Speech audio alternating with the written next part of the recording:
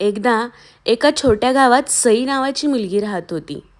लहानपणापासूनच ती खूप स्वप्नाळू होती. स्वतःचा बिझनेस उभा करायचा, आईवडिलांना अभिमान वाटावं असं काहीतरी करायचं. पण आयुष्य तिला खूप कठीण परीक्षा घ्यायला लावणार होतं, हे तिला माहीत नव्हतं. लग्नानंतर काही महिन्यातच तिचं आयुष्य उद्ध्वस्त झालं.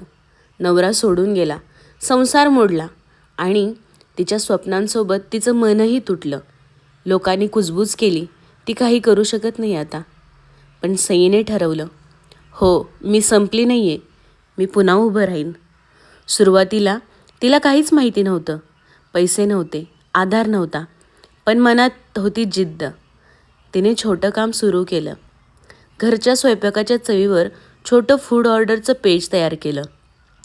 सुरुवातीला 2-4 ऑर्डर येत होत्या, पण ती प्रत्येक डिश प्रेमाने बनवत होती.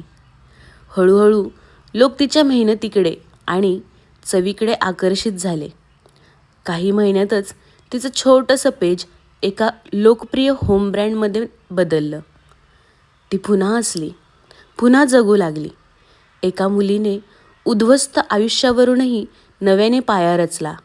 आज सई म्हणते, जगात कोणीही तुला संपवू शकत नाही, जोपर्यंत तू स्वतः हार मानत नाहीस.